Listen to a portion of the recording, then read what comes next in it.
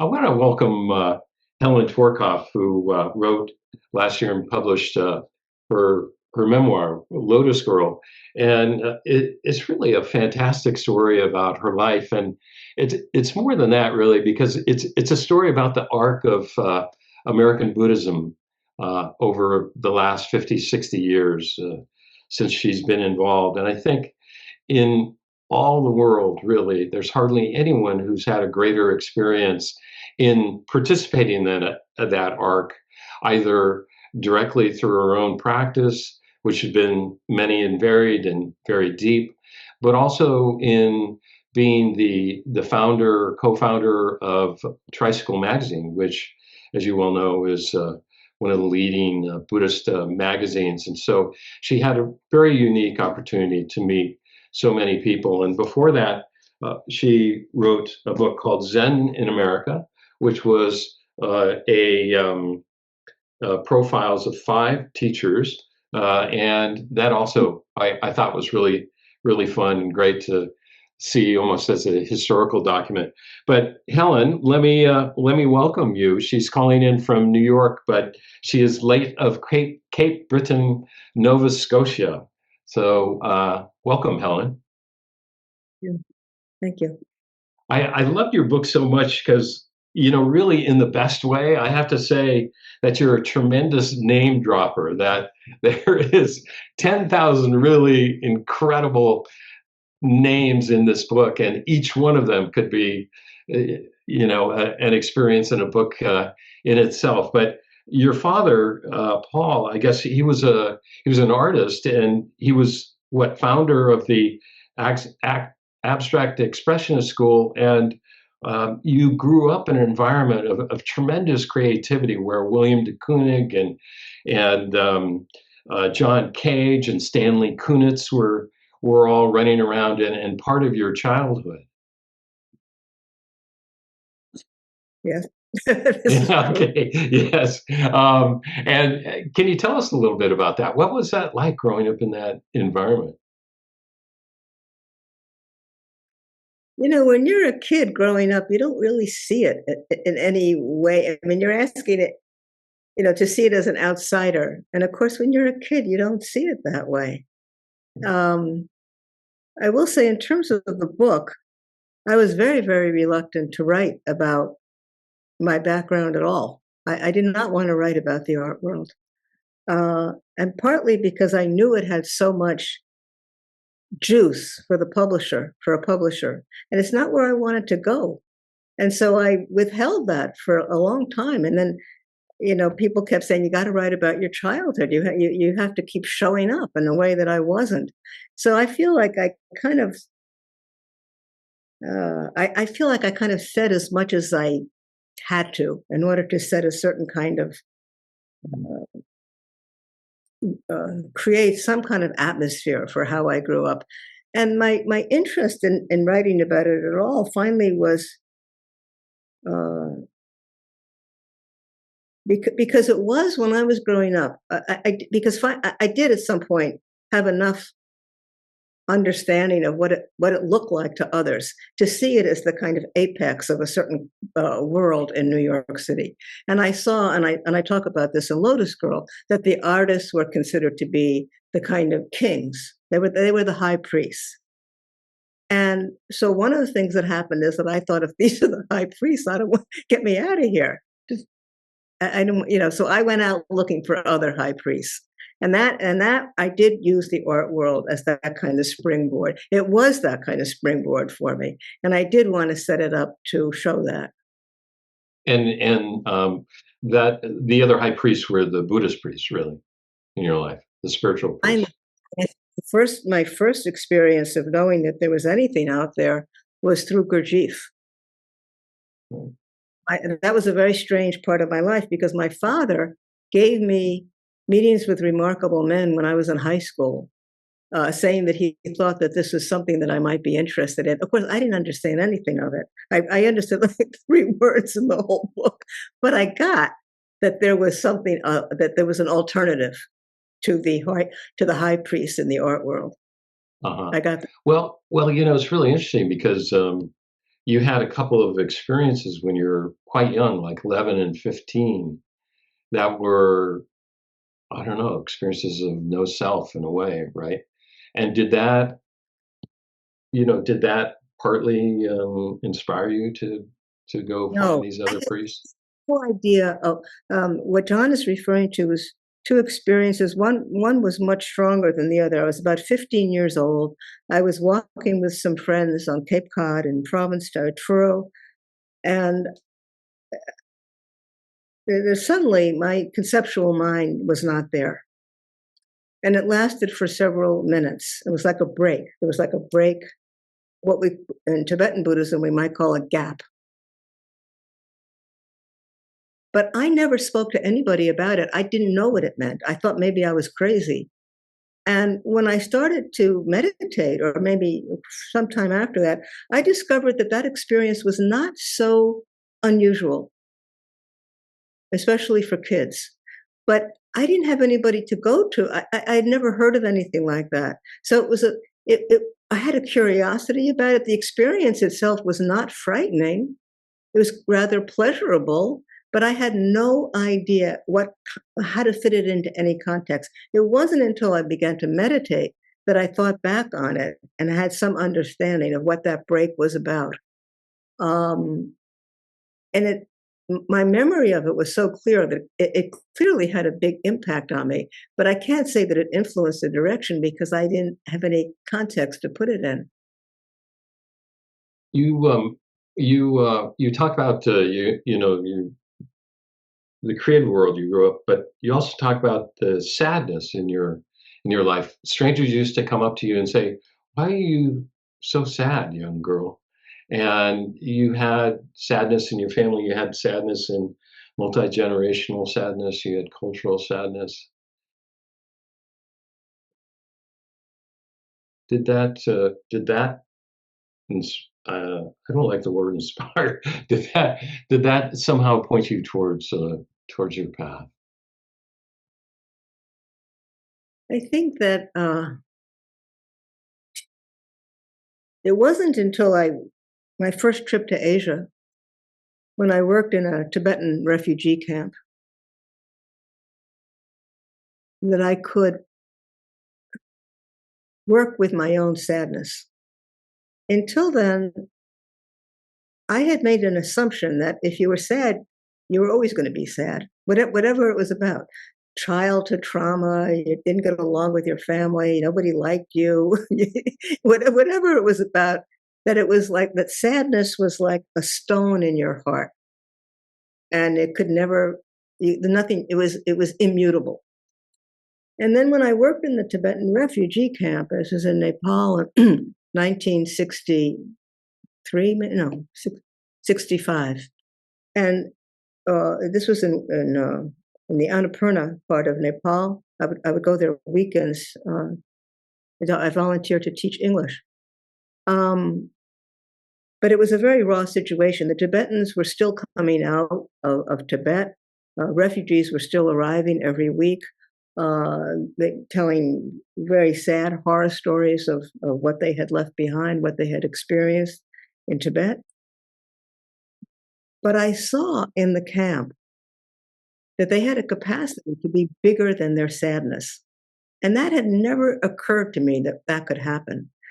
My own sadness had to do with parents who were depressed. It had to do with growing up in the post-Holocaust era of a Jewish family.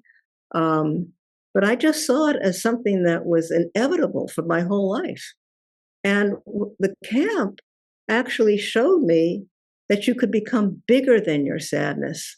And that was a tremendous moment for me. That really was eye-opening. And I knew it had something to do with their Buddhism, but I didn't know enough about Buddhism to know how that worked. I didn't get it. I had no idea how it worked. I just knew that there was something there to explore. Could you do that? Could you read for us that section, that couple paragraphs? This is one evening where it was a full moon, and the tradition is to dance in two separate circles, a men's circle and a woman's circle. And by that time, I had spent a lot of hours listening to people tell their stories and crying and talking about things that they had witnessed in Tibet. So here it says, watching the dancing. I watched transfixed by their easy abandonment of suffering. Nothing in my background suggested that a people persecuted with the intention of extinction could express carefree exuberance. If Jews had known laughter and merriment at the worst of times, I had not been aware of it. I had never been to a Jewish wedding, which I have since learned includes ecstatic dancing. My experience of secular Judaism suggested that suffering was a noble attribute of an examined life, and that liberation, even on a political or social level, should never be an excuse to tamp down the ardor of sadness. Jews were chosen to bear witness to suffering, and those who survived owed the world our. So that's where I was coming from when I encountered the Tibetans in the camp. And then the next page, in the Tibetan camp, I began to learn, just as you said, that suffering had a size and shape independent of circumstances. Yeah. Yeah, I thought that certain circumstances would just define you for your entire life. Yeah. To me, this is really the crux of Buddhism, and at least in my experience. And how do you find the light inside the dark? How do you find the joy in the middle of all this pain and you told stories about coming over the mountains. In fact, the guy who gave you your name, Lotus Girl, had been a trader, and it took him months to come over, and his story was so wrenching that as soon as the Chinese had found out that he had escaped, he went and they went and shot all of his family, and he had no one. And can you tell us the story about the Lotus Girl and the mala he gave you? I got a little apartment in what's called Durbar Square. It's the main part of the Tamal in Kathmandu, and there was a restaurant called the Tibetan Blue. And I don't remember how all this unfolded, but at some point, I had several jobs all of a sudden, and one of them was with the Royal Nepal Airlines, teaching English. And then I got these free tickets to Pokhara. That's how I could go to the camp every week or often. And another job was to teach English to the people who worked at the Tibetan Blue. And every day I would pass this trader, would sit on the corner. And so I learned about him in the restaurant. They told me his story. And at some point, when I went to Pokhara, he learned my story. He learned that I was going to do volunteer work at the refugee camp. So at one point, I came back from Pokhara, and he called me over, and he yelled out, "Lotus Girl." No, wait a second, that's not right. He just called me over. Oh no, I can't remember. He called me over, and then he gave me this mala, and I said, "I can't take this from you. I can't accept it." And he said, "No, this is for you, Lotus Girl. You take these beads to America." So that's how I got the name. And then I never saw him again. He never came to that corner again. Hmm. And my assumption was that this was a gift to me, in part because he knew that I had been helping at the camp. And this really was your introduction to the Tibetan people, which as a culture you've been familiar and very close with the rest of your life. Right?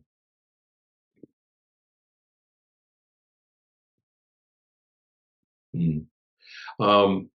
And so, how long were you in Tibet? Excuse me? How long were you in, or not Tibet, but how long were you in Nepal? Trip, I was there for about 8 months, and then went back a couple of years later. And then there was a long stretch where I did not go to Asia, and I thought that my interest in Buddhism would stay contained to the West and to North America, to the United States. And then after I met Mingyur Rinpoche in 2005, I started going back to and or Nepal every year, except for the pandemic, except for COVID, I didn't travel. But otherwise, I've been going back every year. You get great stories of your world travels in the mid '60s there, where you met Gary Snyder, who you had known in New York, I guess, and you hopped on the back of his motorcycle. You guys went tooling around Japan. Yeah, yeah, yeah. That's pretty great. And then, so you went back to the States, and not yet starting to practice, not yet starting to meditate. But you stayed in touch with the Tibetan community back there, in I was Canada, and that was the cultural situation. So mhm. I had did um, some fundraising and figured out how to get money and clothing through, what was the name of it? There was a place in New York named after maybe one of the explorers or mountaineers, I forget. Um, but I was in touch with the so-called Tibet House. You know, in those days, of course, there was no chance of Tibet getting a seat at the table. So there was something called Tibet House, but of course they were not allowed. But they weren't part of the United Nations. But they had a kind of office set up in that district near the United Nations. And I did stay in touch with them, and I actually tried to learn Tibetan, but that turned out to be a somewhat hopeless task. And then you started doing Arika. You started getting into, spiritual exercises, really, to Arika, and finally you kind of got tired of that. I guess you said, I was sick of listening to white guys who knew everything and loved the sound of their own preachments and kept peddling their spiritual projects and utopian dreamscapes. So you left sort of that woo woo spiritual Yeah, path, I yeah, guess, and then you somehow, I don't know, you by chance, partly your involvement in Tibetan House, you met Trungpa here and there, and then you got to know Dudjom Rinpoche, I guess. yeah. These are folks I don't know myself well, but and in fact, you decided, I think, to take refuge under him, or to take the precepts under him. Yeah. Yeah, I fooled around with a lot of 70s stuff, and it did finally turn me into a direction of a more traditional uh, uh, practice, more traditional teachings and teachers. And What? Mhm. sorry, Yeah. So what attracted you to Rinpoche Dudjom?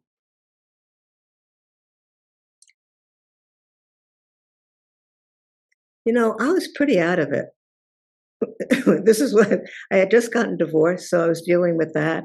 I was living in New York City. I had been living in Canada because my husband was a draft resistor during the Vietnam War, so I had come back to the United States. Uh, and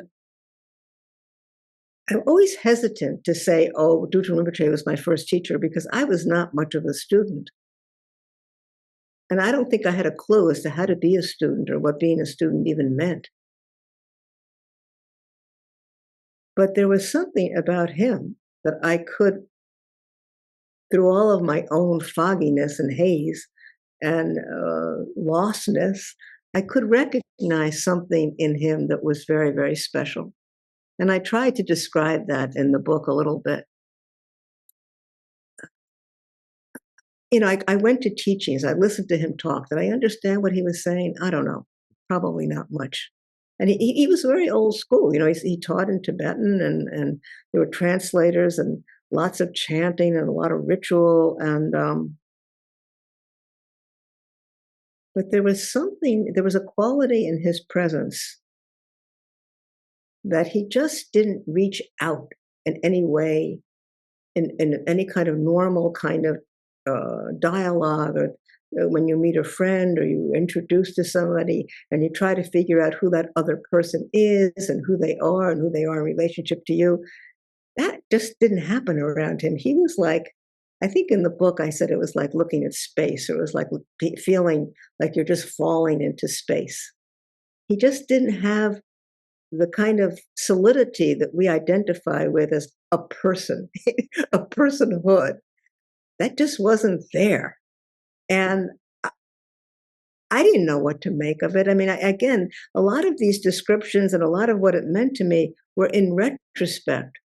As I went on in my own practice, I could realize, like, oh, that's what that was about. That's what it felt like. That's what it was about. At the time, there was something very special about him, but could I have described him that way then? I don't know. Mm. You said in the book that being around him proved that waking up was not sacred fiction, not a fairy tale from ancient India of Shakyamuni under the bo tree. Realizing the true mind, the sky mind, was truly possible. I love that your friend says, "Oh, you have to go do an interview with him. You have to go do an interview with him." And the first thing he asks you, "What is the color of your mind?" Which was so great. I mean, very much like an inquiry koan, planet I was on. I mean, it was like, I had a very creative, imaginative mind, but like that question never ever dawned on me. That's great. And but also what you sort of in the book guided against is this faraway Buddha, that not being invested in a faraway Buddha. You write, seeing Buddha over there, the vision of unattainable mountaintop golden Buddhas living and dead for all their glorious remove was an easy fiction to slip into, promoted by sacred texts and various writings. So this quality of exoticism, being attracted to that which was exotic because it was different rather than personal and personally embodied, and I just wonder about some of the Tibetan practice and other practices, the Zen practice, that are we sometimes looking for something that we can't have, or because it's so far and so different from what we are, we can just write in the script as to what the true teaching is?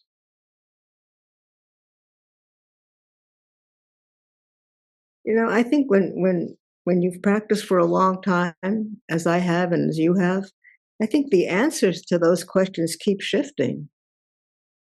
I don't think there's one answer that stays with you in that way. It keeps changing. How you understand it keeps changing. What your relationship to the practice keeps changing. What you think the practice is keeps changing. That's been my experience anyway. Yeah.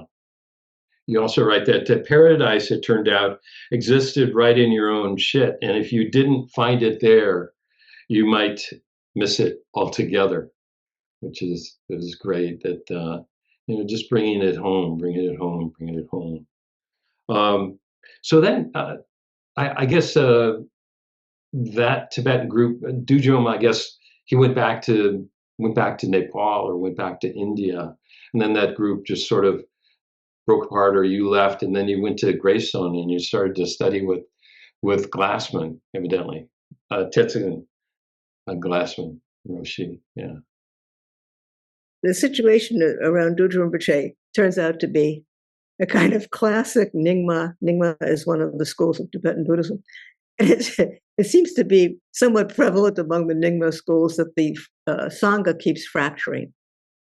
And in this case, it was between a father and son. And so that kind of, so I got kind of blown out of both camps or very distant from both camps. And then that's when I went. Eventually, I ended up studying with Bernie after that. Yeah. And you were with Bernie for quite a while, for, I don't know, maybe 10 or 15 Yeah, years. maybe 10 years. Yeah. Yeah. And with Maizumi, I guess you were introduced to Maizumi via Bernie, really. But Yeah. but you were very much, and you knew my friend Polly Carmona at the Greystone. What was it called? Greystone Cemetery, or not cemetery, seminary, or what was it? Yeah, Or is that in Riverdale. Yeah. And I visited there one time, and it was just at that time when they were beginning to develop their bakery, and I stayed there just for a short while, but got a flavor of it. Just an incredible property there. It's an amazing community. I actually, after reading Zen in America, I read Bernie's section in the book, and last night I had a dream about Zen Center of Los Angeles and about Zen Center of New York City, and it was just such a large and diverse and loving community, and we're all eating together, we're listening to music together, we're meditating together, and you go into the bathroom, yeah, maybe the toilet's broken, but there's a note on the toilet that says this needs to be fixed. And so thank you for that. It was the dream seemed to last for 2 hours. You know, it's just running around the community, enjoying it. And so very early on, you went into a private like retreat that you sat by yourself. And there's a really great quote in your book that I'd love to have you to read if you could, about that. Something about tomato lattices. Now, this was towards the end of your 6 or 7 week retreat, I guess, which was a private retreat, and somehow you became the gardener, or you became the person who went outside to fix the tomato plant, the stakes and lattice in which the tomatoes were fashioned and grew. Page Yeah. So 234. Grayston, for those of you who have no idea about Grayston, it was a kind of a mansion. It was a kind of, it was a very, It was a big mansion. Yeah, like 24 rooms or something. The Dodge House or something. Yeah. Like that, I forget. It was incredibly lavish. But in the back of it, there was, somebody had planted these tomatoes, and it was a kind of, somebody planted them, and then these vines were kind of falling over, and nobody was taking care of them. And so the last week of my retreat, I decided that I would create some kind of stakes for the plants. And I found some twine in one of the drawers in the office, and I kind of looped it around in these various ways. I kind of attached the twine to these metal shutters that were on the back windows, and it was a very crude lattice. So you want me to start with the tomato lattice reflected? Yeah. Mm-hmm. The tomato lattice reflected a jumble of imperfections. It was actually kind of ugly. Had it been a face, it might have been blemished by acne or scarred by smallpox. It had also been completely acceptable, perfect just as it was, a reflection of my okay mind, my okay body, my okay rough-edged personality. I had not acknowledged many moments when I felt I am okay right now, just as I am. I am unconditionally okay. I was always quick to see what I lacked, how I was broken, what needed to be improved or fixed, or to prioritize the importance of any deficiency over any virtue. Within this, should I keep reading, John? If you wish. Within this habitual mindset, I could not even notice or give credibility to those innumerable fleeting moments when in truth I felt just fine. The lasting impact of the tomato grid did not come from just a fleeting experience, but from the fusion of experience and recognition. It was the recognition, the acknowledgement of what had happened when it was happening, that imbued this fleeting moment with lasting consequences. Lasting consequences. Yeah, yeah. What I love about that was seeing the perfection in the imperfection. And also it was an experience that somehow touched your heart. So it kept coming back years after. You kept sort of referencing that lattice again and again. And I thought that was really a true experience because of that, you know. The image kept coming up over in my mind, could come up somewhat regularly, and I never knew why. I just couldn't figure it out. Like, I just like, and I didn't try to. It's like, oh yeah, I remember that story about the lattice. And then maybe 10 years ago, I was having dinner with a friend, and she was talking about a term that the Tibetan teacher Supni Rinpoche uses called essence love. Right. It had to do with a sense of well-being. And the minute she was talking about it, I thought of the lattice again, and I said, "Oh, that's what happened." But I didn't get it. I didn't have that language for myself. And the minute she talked about that kind of a welling up of well-being, that's what I had. It was a sense of well-being. But yeah. That's great. That's great. I don't know whether you can articulate for us, but you were very deeply into Tibetan meditation and practices. Then you go with Bernie very deeply into Zen practices. How would you compare the two somehow, practice-wise? I don't know where to begin.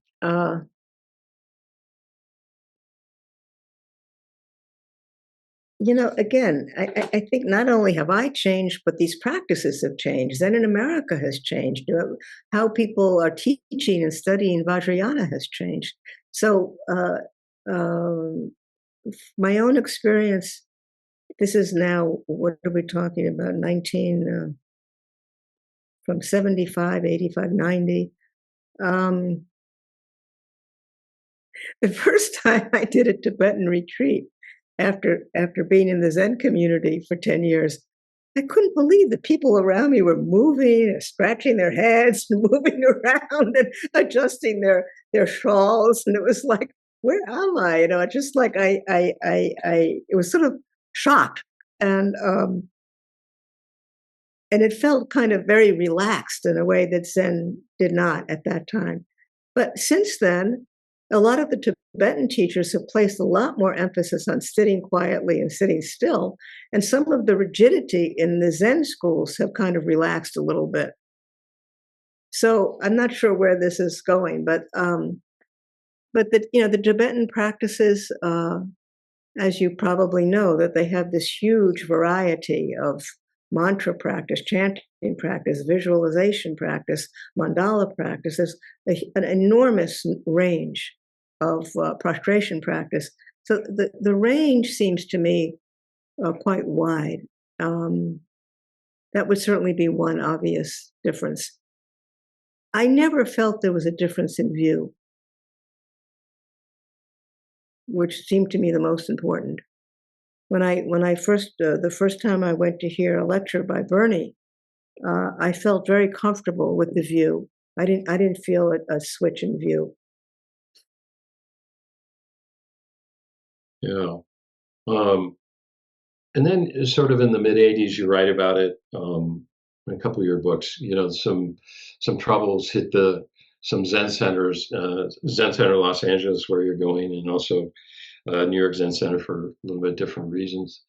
And I'm not really interested in going over, those issues, but I'm really interested in the way you approached it in the middle of that. There was some departures, a lot of departures. In fact, Bernie, the 12 people he brought, with him originally, 10 left or something. Because they didn't want to get into business. They didn't want to do baking. They didn't want to do that. But you said a really interesting thing about studying with Mingyur Rinpoche, who, at a point in my life, I felt, I don't know, he couldn't have picked me up out of a lineup, I'm sure, but I felt very close to his teaching, and it was that that you never felt that he could not bring to you a teaching that would essentially allow you to be enlightened, give you an enlightened path. And I thought that was really, exactly it. And Bernie kind of reiterates that. He says, these questions about teachers and not teachers and all that, the issues, when you're really dedicated to the path, that these questions just really fall away. And that's the way you felt about it, I think. I think we're still trying to figure out the relationship between growing up and growing wise. We still haven't quite figured that out, and I think we have we have some ways to go to understand what we want from a teacher, what we're looking for a guide, a teacher, whatever, a guru, whatever you want to call this person. And we bring so much baggage to that question.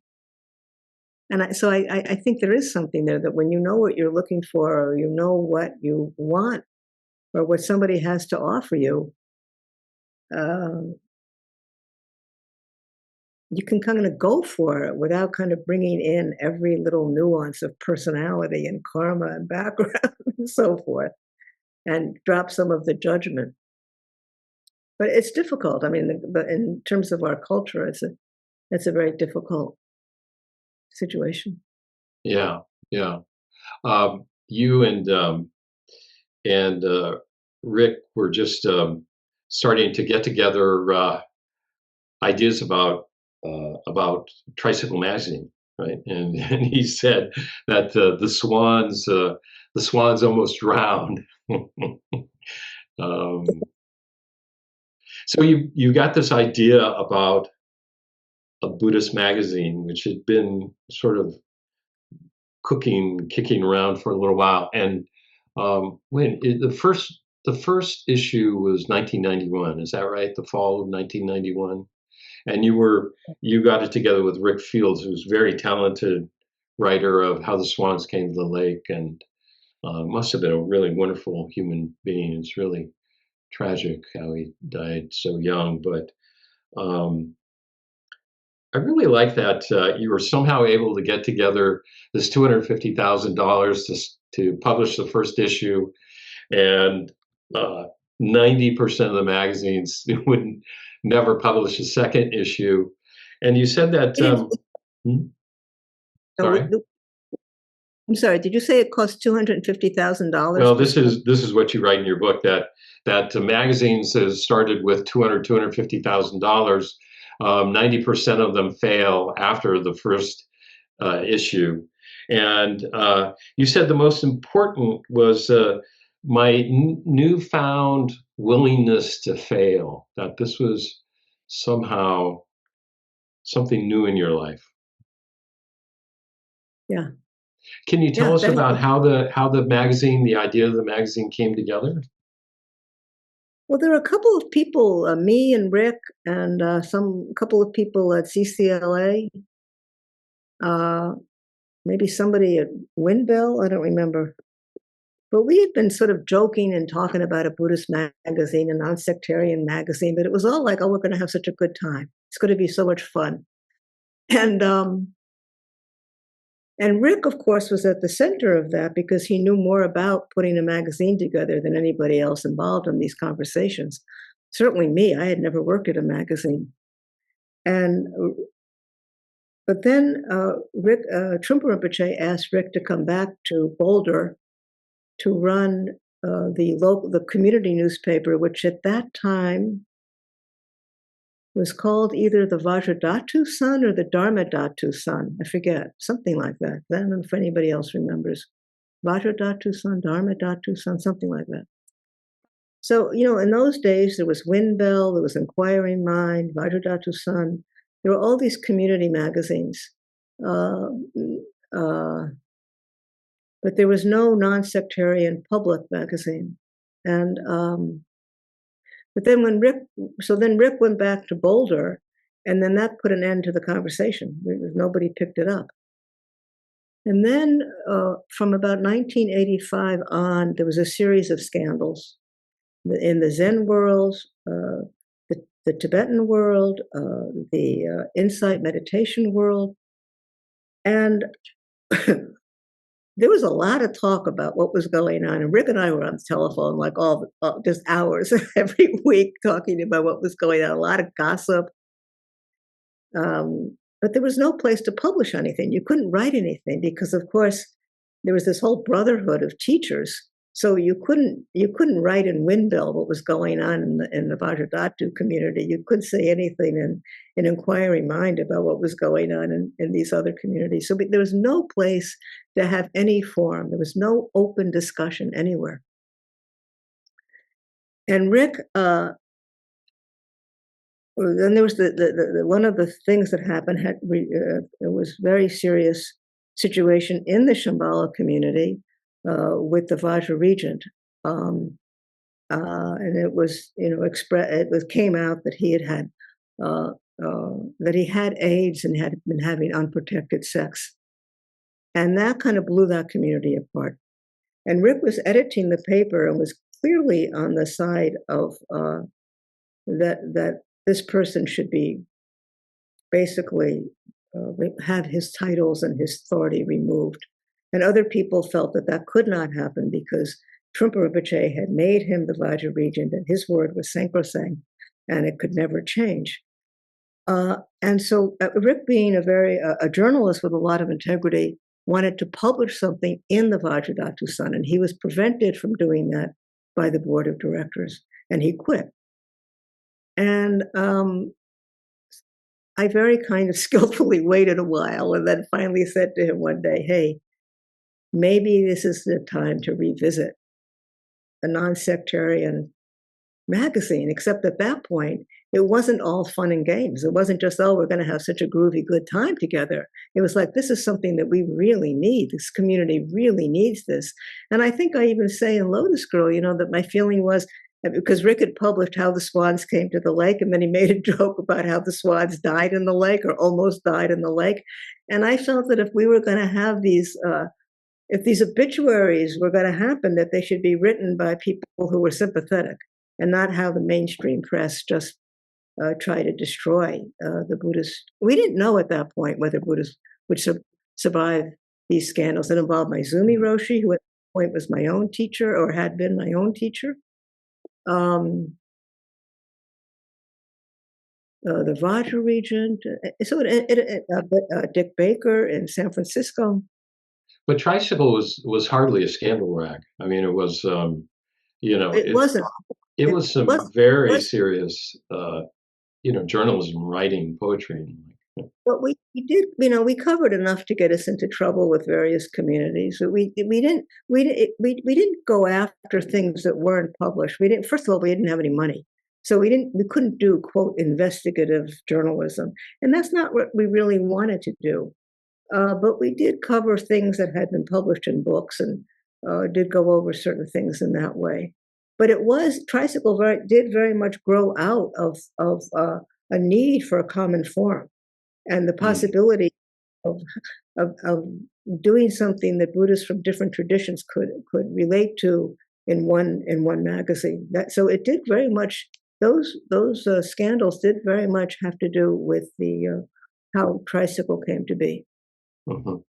Well, I reread the first issue today, and it was tremendous. Spalding Gray, you write about how controversial Spalding Gray's interview was because there was all this blowback of from starched shirt to academicians and others who wanted just the the perfect look, and to see Tricycle magazine on the ground, being recycled was somehow a slap in the Dalai Lama's face or something.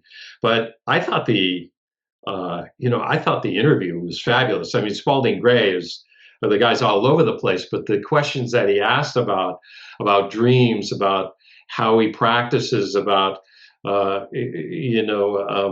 about how Dalai Lama lives his life of passion, I thought were just spot on and just outstanding. And then, of course, you had wonderful articles by Pema Chodron, who's a very close friend of yours, Robert Thurman, Gary Snyder, of course, Penny Rogers. But I thought it was really, really an outstanding issue. And we were talking about before about maybe differences, but I don't know, Buddhism has changed, I guess, in 50 years, 45, 50 years. Has the magazine changed, or is it still very similar? You're still very much involved with James, I guess. And I'm on the board of directors, but I'm not involved in any of the decision making that goes on about what goes in the magazine. Not at all. I have nothing to do with editorial whatsoever. Mm-hmm. But when I started Tricycle, the questions were so simple. It was like, how do you disseminate the Dharma? And from my point, it had to do with certain very fundamental principles, which I still think are unbelievably radical. The idea that the mind itself is the source of suffering and the key to liberation. That to me is still an extraordinary idea. And the more that you get that out there in the society, it could only be a positive thing. But, so it was like very, very, in retrospect, it was like basic Buddhism 0001. And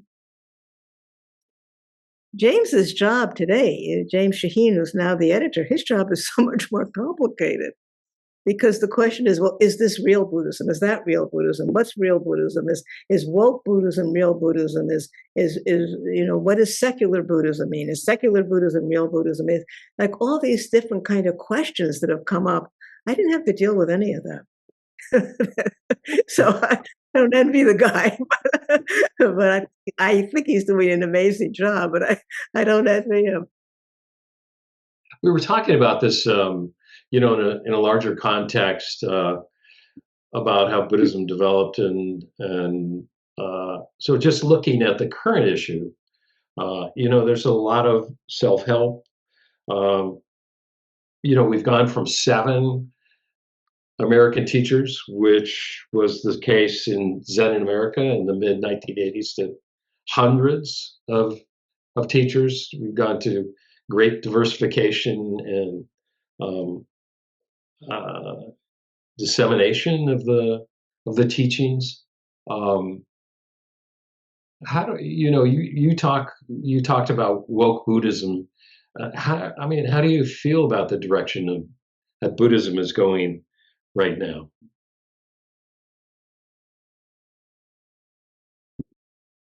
We were talking a little bit earlier, and I think especially when I was at Tricycle, when I was the editor of Tricycle, I felt I had an obligation to ask that question. And I was obsessed with it, and I loved it. Nothing I loved more than sitting around with a bunch of friends and talking about where we thought Buddhism might go. But when I look back on it, those conversations took place in a context of Western civilization that somehow we assumed was going to unfold, looking more or less like it did then. And as we all know, that did not happen. I don't think any one of us here could have anticipated the kind of fracturing of the society in which we're living in right now. And so those questions about where we're going on a larger scale, I mean, it's, we are in this context called America, or the North America. I spend most of my time in Canada now. But the direction is not clear at all. We have no idea where I don't have any idea where the society is going, or this country is going, or the world is going. So within that, I don't know where Buddhism's going. Yeah. Well, let's save this a little bit more for some comments afterwards by Jon. We Sure. had part of this conversation which I'd like to continue earlier before we came on. So you went back to Tibetan Buddhism.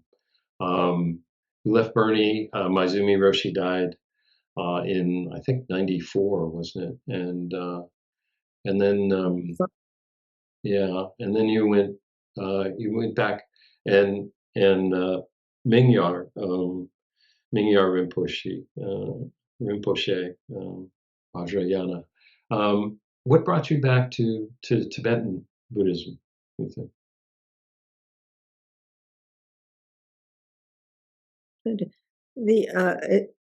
I moved away from Zen after Maizumi died. He had become my primary teacher. And I know that for several years, I didn't have a teacher at all. And at some point, I had to have a little discussion with myself about this isn't working out too well. And so I started kind of looking around. And it was a very odd experience. At this point, I can't remember what age I was, but I was no longer young. And the idea of kind of, moving around, looking for someone to study with was a kind of I thought it was a part of my youth that I had left behind. And here I was all over again, feeling lost and needing some direction, needing a teacher. And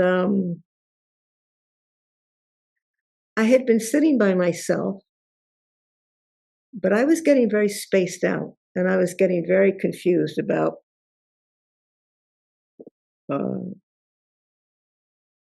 this kind of spaciousness around spacing out and spaciousness. And at some point, I heard that Mingyur Rinpoche was going to be teaching at Gempo Abbey, which is about 2 hours north of my house in Nova Scotia. That's and I Pema arranged, Children's place up there. yes, Yeah. yeah. She wasn't there at the time, but through her, I arranged to go to that retreat. And so there was like 5 days in a row where, and he was very young, but he was 5 days in a row where he was just sitting there going, "Where is your mind? Where is I love that. where is it now? Where is it now? Where is it now?" And it was so insistent. And for me, kind of like living in this kind of la la land, which I had been doing in my practice, really spacing out. It was just like manna from heaven. It was such a relief to have, where is it now? Where is it now? Where is it now? And so I just thought this is exactly what I need. At that, I'd already done a retreat with his older brother, Sonny Rinpoche. And at that time, Sonny Rinpoche was teaching what they call Rigpa, and it's very much about, resting the mind in its own nature, resting the mind in the nature of emptiness. And I just thought, this is too close to what I'm doing already, or what I think I'm doing. And and I don't need to be resting my mind in emptiness. I need a much more specific, grounded, fundamentalist approach. I want something much more rudimentary. I want to be a new student learning how to meditate all over again with a different kind of angle or instruction. And I had heard about this kid brother. He's 10 years younger than his older brother. And I had heard this kid brother was kind of teaching by the book, and he didn't really have it. He didn't have the thing, and he wasn't as charismatic as his older brother. And so when I did that retreat with him, and I thought it was so much what I needed, I thought, oh, this is really great because he's the kid brother, and he's going to have this small little scene, and I don't have to get involved in all those guru theatrics and guru drama. And that turned out to be completely incorrect. But by the time I figured out how incorrect that was, it didn't matter. So, but that's how I got involved with him. And how you go out to India, Nepal once a year, do you? And he also comes here, so you're doing retreats with him, and yeah. And we've worked on a couple of books together. So I've spent a lot of time with him. I'm doing those books. Yeah, you mentioned really interesting. He decided to go on a 3-year solitary retreat, and everybody thought he was going to hole up in some cave somewhere, and instead he just wanders into the marketplace and disappears in the crowd. And very soon after he went on that, he was begging for food at some local restaurant that had scraped the old food off and into a pail, and they gave him that food, and he got so sick he almost died, and he had a near death experience or something. Yeah, yeah. That's the book we worked on called In Love with the World. Mm. And it's literally, it only covers the first 3 weeks of that retreat. He didn't take it, he wanted to stop it there.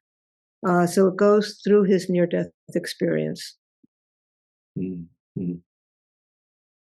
And, Well, yeah. please. No, when I was working on the book with him, I read a lot of near-death experience. There's so much literature on near-death experiences. What was interesting about his descriptions is that as a young Tibetan monk, he's trained in this. He has training in what happens when you die, which any hospice nurse anywhere in the world could describe to you, the dissolution of the elements. Anybody who works with dying people gets this, but a lot of people who almost die don't know that, and so they don't have the language. They have no idea what's happening to them. They can describe a certain state of a consciousness that's separated from the body, but they have no idea. Their language is extremely limited. His language was extremely precise. He knew exactly what was happening, dissolution after dissolution, and that made it, I think, quite an extraordinary description. Well, I think I'd like to open it up to John Tarrant and Allison Atwell. John, of course, the director of Pacific Zen, and Allison, senior teacher. If you folks might have some thoughts and comments, questions. Yeah, it's sort of. I kind of agree that the question of where are we going is very hard to get good references, reference for, good coordinates. And at some stage I realized, then it can't be the important one. Where are we going can't be the important question, since I can't answer it, and I've never met anybody who thought they could.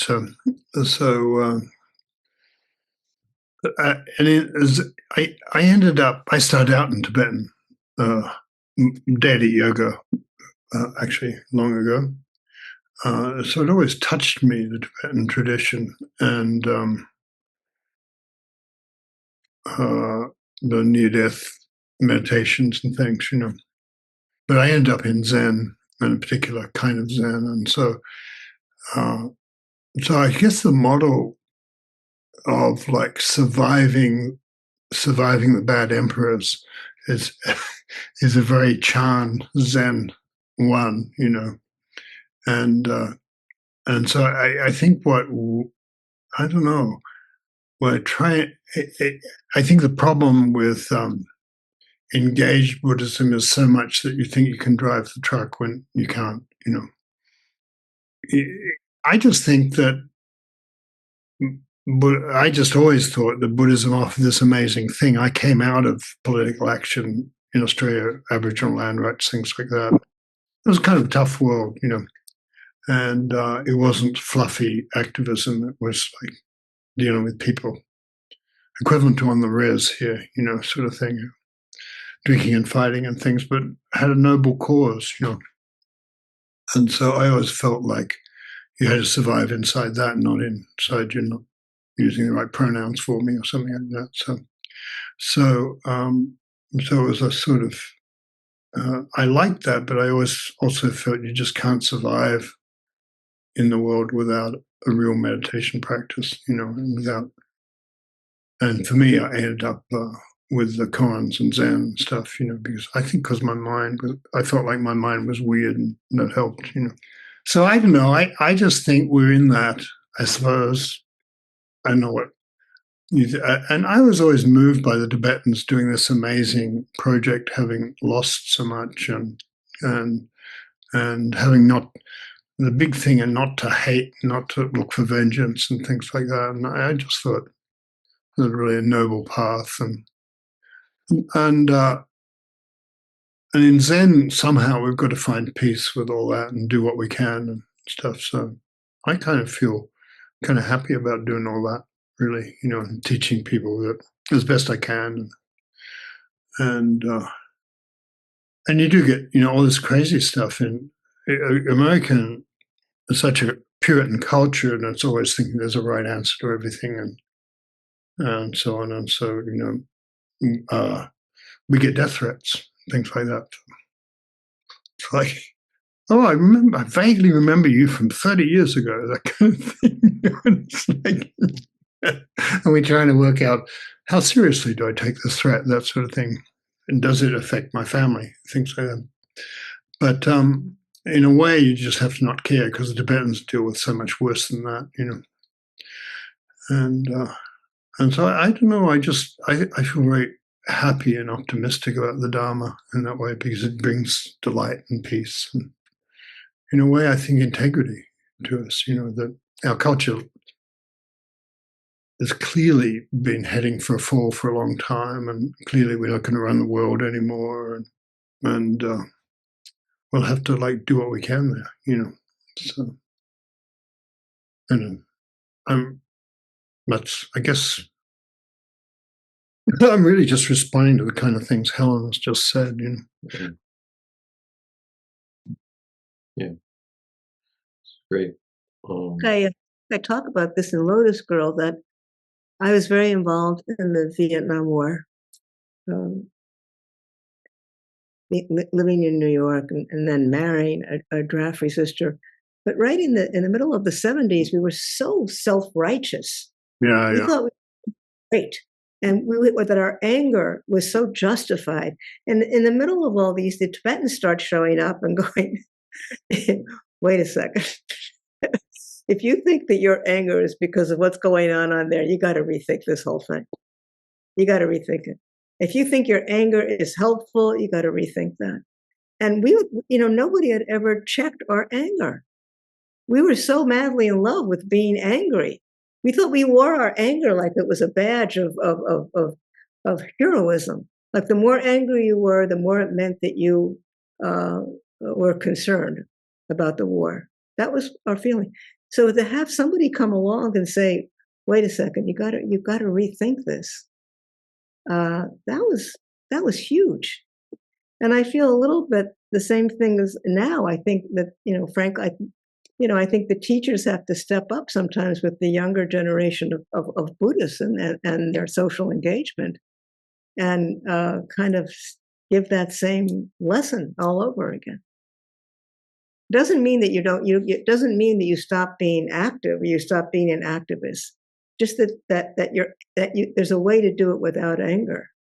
I think that's very hard to believe because they believe that anger is what drives the action. So you really have to sort of learn that that's another way. It can be very helpful, but if you get stuck there, then it's not helpful. It can be. I don't know that's that helpful. Sorry. I don't know that the anger is that helpful anyway. It can be helpful, but I don't know. When I'm angry, I'm not really listening to anybody, and I'm, all that stuff, and so. I think it's helpful in the sense of being like an alarm goes off. There's something I need to pay attention to. If you get stuck in the anger without examining it, then it's not helpful. But I think to work with that initial response can be very telling. Yeah, sure. It gets you. The 70s really stuck. We were very, very, very attached. As I said, I was working in other countries. It was in Australia, the land rights, the Vietnam movement was big, but it was much more support for the anti-Vietnam world in Australia because, all these war veterans were on our side, and also the wharf laborers, what you call longshoremen, wharfies, were on our side too, and they'd protect us from the police in the demonstrations and things, And so, but it was a violent, horrible time, and there was, it was horrible from everybody's point of view. And also, I had friends coming back chopped up from Vietnam. I didn't hate them or think they'd done something evil. I just thought we were all in this horrible thing, And then with the land rights, people, you'd hold your meetings in pubs and people would be drunk. so that made things more volatile yet. So I realized at some stage, the meditation's thing that's going to help all this, even if you're in a pub sort of thing. And so, and actually that was like it's like with the Tibetans perhaps, but there were old elders from the deserts who would come in and were incredibly calm about the traumas they'd had and things like that. They were, they didn't want to get angry and yell at people in a pub, So I think it's somehow up to us to sort of hold the practice and hold that people can be joyful and at peace, and so I've actually always felt that, even though I was in the in the movement so long myself, I was underground during the Vietnam War too, so, but I don't know. It's more fun meditating and being joyful, I think, and more useful to people. You're teaching them something. I like, teachers should teach. I probably said enough. So, Jon. And it's like, thank you for coming on, Helen. I know it's really late where you are, and it's a big deal. It's nice for us to get something, I guess. Lovely, thank you. Allison, do you have any thoughts or anything to add? Yeah, a couple things that things you described, Helen, where the original state of our open original being, our original mind, is something that is always there. We have it when we're first born, and even you can see it in an infant's eyes before they can speak. You can see they already possess it. And your description of being 15 years old and in a way stumbling into it and through it, that something in you recognized the tremendous significance of it because you didn't forget it. But then your next description of meeting the teacher that you were drawn to, and that seeing that in him and recognizing that he wasn't falling in and out of it so much, but something in you could see it and knew about it already. And then I think that, I don't know how he came into that, but I imagine that extensive practice, years and years and years and decades, refined it. And then your third description of the teacher that went off on the 3-year retreat, and in a way, everything was stripped away from him. So he came to it that way. So if you could just talk a little bit about that, about those 3 ways of coming to know one's original mind.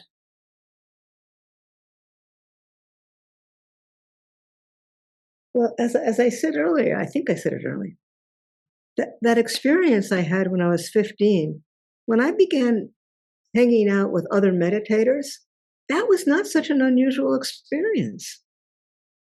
A lot of people I spoke to, and we had similar, in our own society, we had similar responses. Like, we didn't talk to anybody. We didn't go to anyone and say, did you ever have anything like this? I was with a group of friends. I didn't say anything. I didn't mention it. So, but I've come to think that it's not that so uncommon. What's uncommon is the recognition of it. And I did not have that recognition when I was 15. I think, I don't, if you read poets, for example, I don't read a lot of poetry. I wish I did, but I don't. But in the little bit that I read, you read references to natural mind all the time. But I'm not sure that there's a recognition. Like the story about the lattice, about the tomato lattice, I realized many years after it happened that the reason it stayed with me had to do with recognition and experience. Mm-hmm. That's what made it unusual.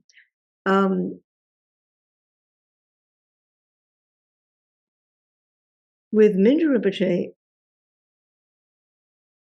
he grew up in a Dharma family, his father was an eminent meditation master. And I sometimes, there are stories that I think I tell in the book, in both books, it's just a radically different relationship to a father than anything that I had or anybody that I know. He had a father where he's like saying, his father is talking to him about the nature of mind. Well, my father did not talk to me about the nature of mind. He did give me a book on Gurdjieff when I was 15 or 16 years old, but he gave it to me saying, I'm not interested in this. Somebody gave it to me, I'm not interested in it, but you might be.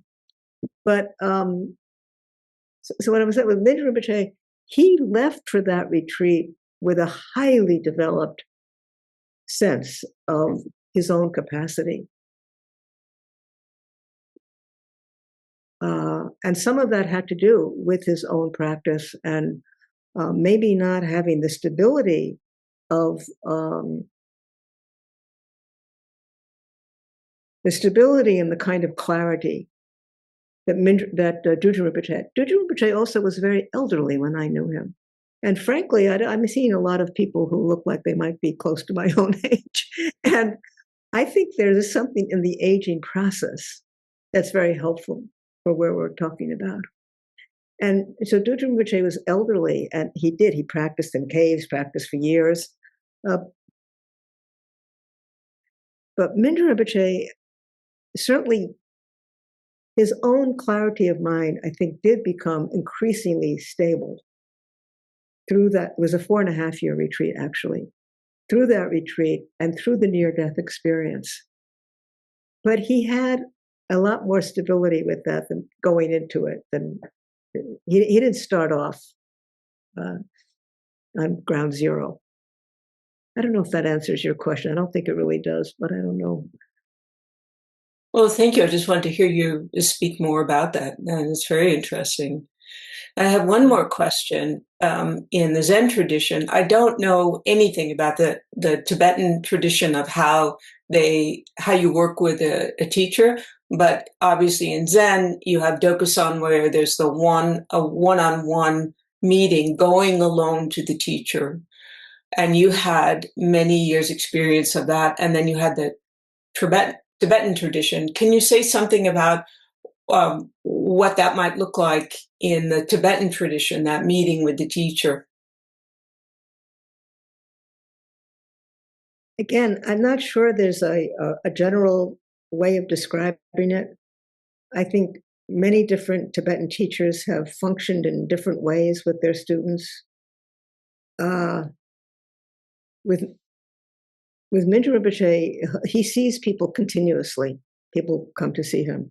There's no formality around it. It's not like you do it within your practice. The bell rings and you go in to see your teacher, you come out and so forth. There's nothing like that I know of, at least around Mingyur Rinpoche.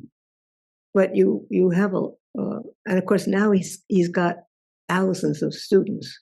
So, now there are senior teachers that students can go to and so forth. There are channels for individual students to have access to guides and people who are a few steps ahead of them. But a lot of the Tibetan I'm more interested in you personally having met with a Tibetan teacher. What was that like in terms of what it was like to meet with your Zen teacher? Well, it was much less formal. There was no formality around it.